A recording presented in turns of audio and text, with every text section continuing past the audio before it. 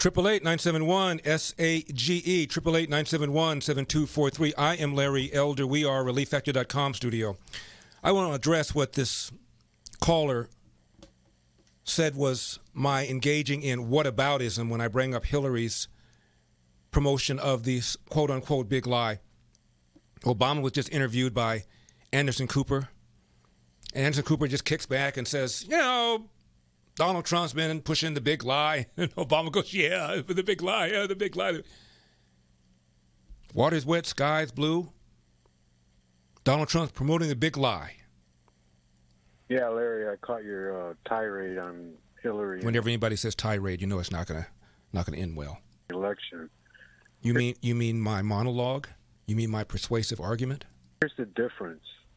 She conceded. And she didn't incite a mob to storm the Capitol. Okay, Mr. Whataboutism? Now, I looked up logic, whataboutism.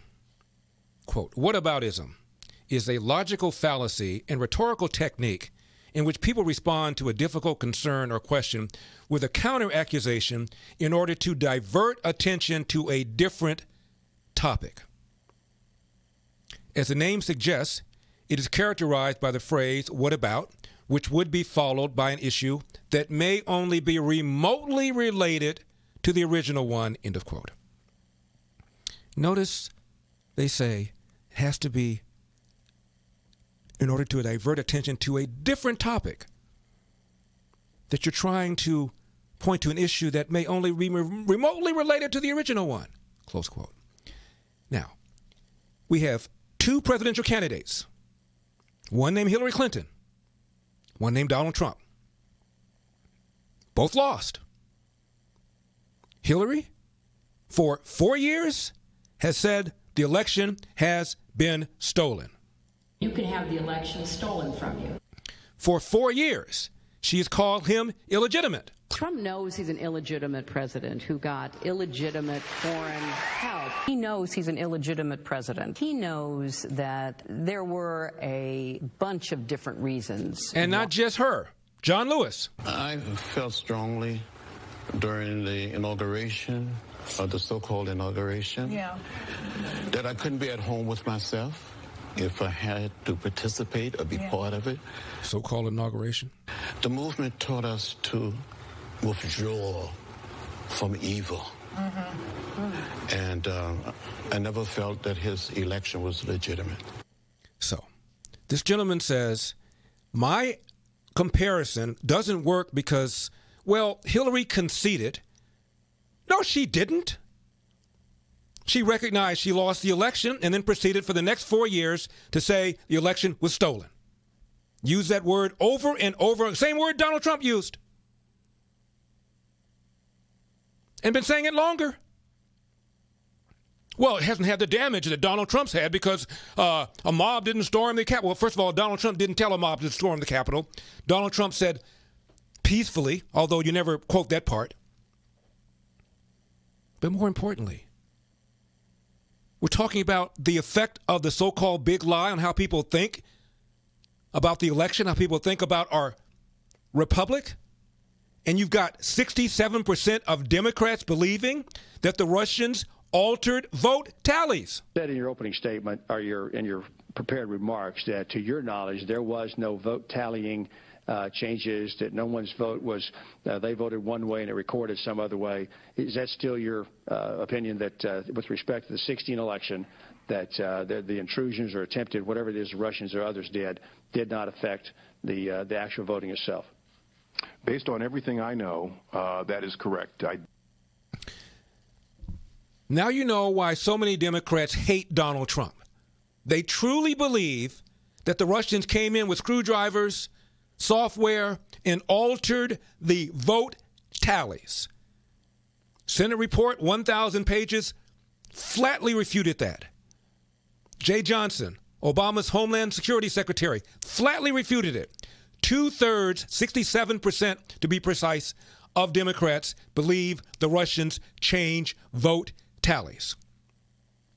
The 1,000-page report could find no evidence one way or the other about whether or not the Russian interference, quote, changed the outcome of the election. We don't know. When you see an ad, how do we know whether or not it influenced you to think one way or the other? We just don't know. That's what the report said.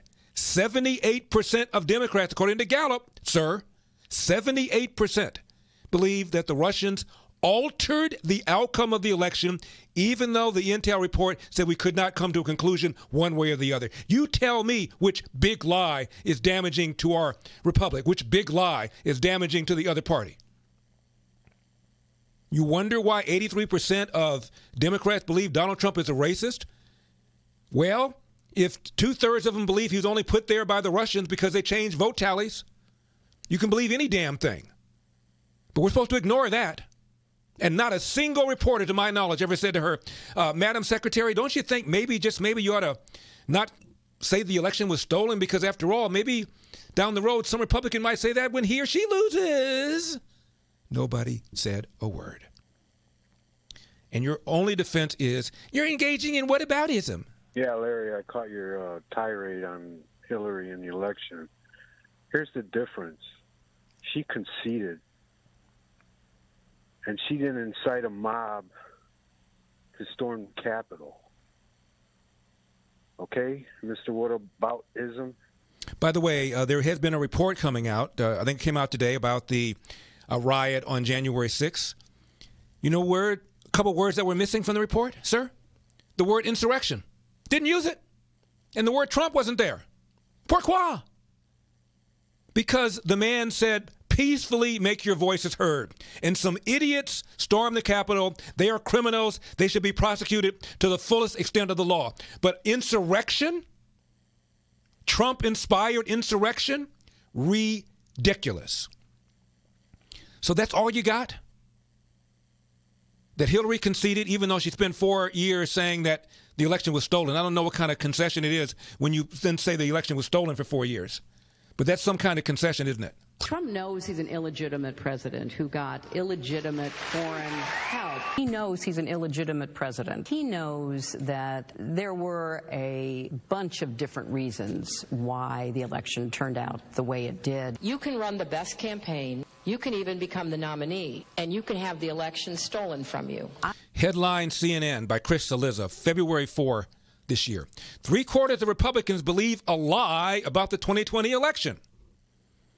Trump has clearly convinced lots and lots of Republicans of this false view. Lots and lots, he says. How many? Quote, try 76% of self-identified Republicans in a new national Quinnipiac University poll. And it's not just Republicans, he puts just in italics. More than 1 in 3 independents. Quote, what's truly remarkable about all of this, and not to sound like a broken record here, but come on, is that there is not now, nor has there ever been any evidence to back up Trump's wild claims, end of quote. One more time, zero evidence backing up the belief held by 67% of Democrats that the Russians changed vote tallies. Where's your article, Chris Cillizza? Said in your opening statement, or in your prepared remarks, that to your knowledge, there was no vote tallying changes, that no one's vote was, they voted one way and it recorded some other way. Is that still your... Quote, regardless of the reasons, writes Cillizza, this is still a very sobering number. Trump's greatest legacy will be his assault on facts and the very notion of truth. But Hillary, no-fly zone. Her social media platforms not shut down. 4 years, 2/3 of Democrats. Russians changed vote tallies, 78% Democrats. Russians alter the outcome of the election. But let's not talk at all about what Hillary says about the 2016 election. Let's not talk at all about what John Lewis says, because that's whataboutism. I'm Larry Elder.